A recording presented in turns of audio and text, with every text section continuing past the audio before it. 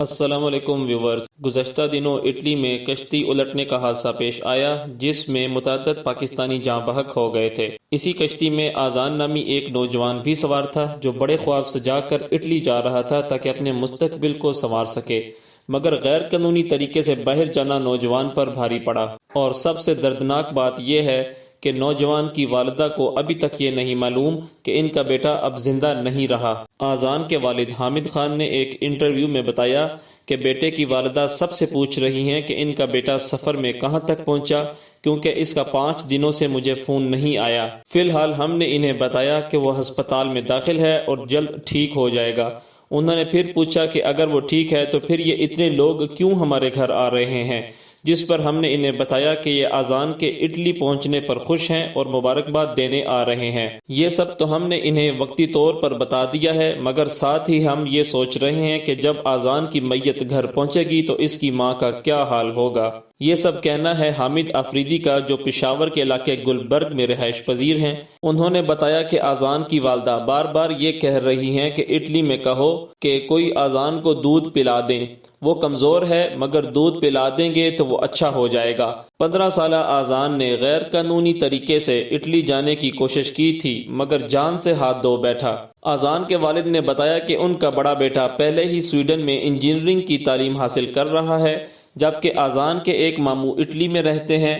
آذان کو ماموں کے پاس اٹلی بھیجا تھا، جہاں سے وہ اسے سویڈن بھیجتے۔ اٹلی کشتی حادثے میں ہلاک ہونے والے افراد کی میتیں اس وقت اٹلی کے ایک مردہ خانہ میں موجود ہیں اور ضروری قانونی کارروائی کے بعد انہیں ان کے آبائی ممالک روانہ کیا جائے گا۔ مردہ خانے میں موجود انہی میتوں میں سے ایک میت آذان کی بھی ہے، جن کے تابوت پر دل کی شکل کے غبارے اور پھول رکھے گئے ہیں۔ پشاور شہر کے علاقے گلبرگ میں وہ مکان ہے جہاں آذان آفریدی رہتے تھے، جہاں تعزیت کے لیے آنے والوں کا سلسلہ جاری ہے۔ آنے جانے والے دعائیں کر رہے ہیں اور متاثرہ خاندان کے افراد کو تسلیاں دے رہے ہیں۔ حامد خان اور ان کے بھائی اس صورتحال کی وجہ سے کافی پریشان ہیں اور ان میں اس معاملے پر بات کرنے کی زیادہ ہمت نہیں ہے۔ اہل خانہ کے مطابق 5 دن بعد معلوم ہوا تھا کہ آذان آفریدی کی لاش مل گئی ہے۔ کشتی حادثے کی خبر ملنے کے بعد پشاور میں آذان کے والدین اور رشتہ داروں کے علاوہ اٹلی میں موجود آذان کے ماموں اور سویڈن میں ان کے بھائی اس کوشش میں لگے رہے کہ آذان کو تلاش کر لیا جائے۔ 5 روز سے سب خاندان والے اس کشمکش میں رہے کہ آذان کہاں ہے، سمندر میں ڈوب گیا ہے یا کسی ہسپتال میں زیر علاج یا ساحل پر کہیں لاپتہ ہے۔ حامد خان نے بتایا کہ ان کے لیے وہ وقت انتہائی تکلیف دہ تھا جب تک آذان کی لاش نہیں ملی تھی۔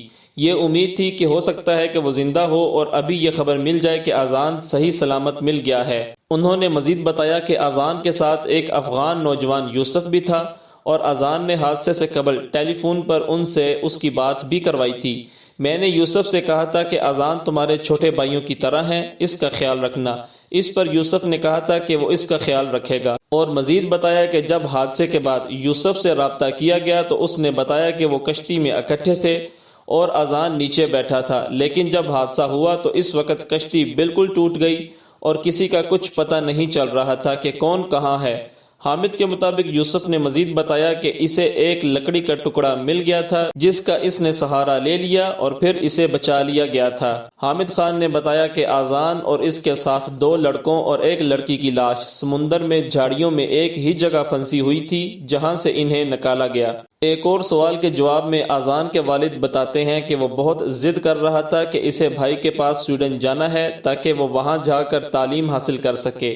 وہ پاکستان میں رہنا نہیں چاہ رہا تھا، اسے وہیں جانا تھا۔ اور مزید بتایا کہ انہوں نے ماموں کے کہنے پر آذان کو روانہ کر دیا تھا اور وہ ٹیلی فون پر ماموں کے ساتھ اور ہمارے ساتھ رابطے میں تھا۔ وہ کوئی 2 ماہ پہلے یہاں پشاور سے روانہ ہوا تھا اور اس کی منزل اٹلی کے بعد سویڈن تھی۔ آذان اس سارے سفر میں ماں کے ساتھ مسلسل رابطے میں رہا اور اس سے ساری باتیں کرتا رہا۔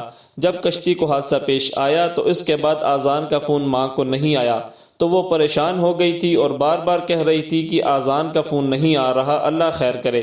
بعد میں انہیں حادثے کا پتہ چل گیا تھا، مگر ہم نے انہیں یہ تسلی دی تھی کہ آذان زندہ ہے اور وہاں ہسپتال میں ہے، جلد ٹھیک ہو جائے گا، پھر آپ سے رابطہ کرے گا۔